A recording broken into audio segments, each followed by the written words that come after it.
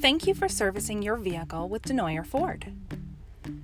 Our service lane is now under construction until early summer 2021. Here's what you can expect at your next visit.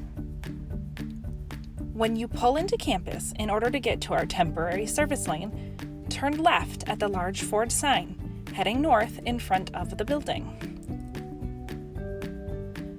At the corner of the building, then turn right, then pull inside the tent.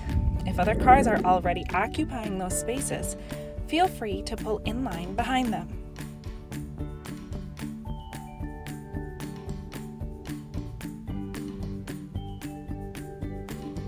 Your service advisor will greet you, so please wait in or near your vehicle.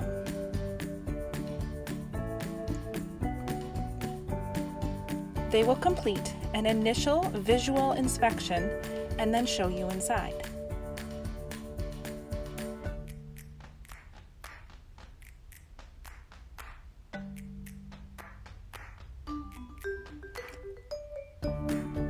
You'll complete your conversation and can wait in our waiting area. We have additional parking spaces available for pickup and drop-off as well.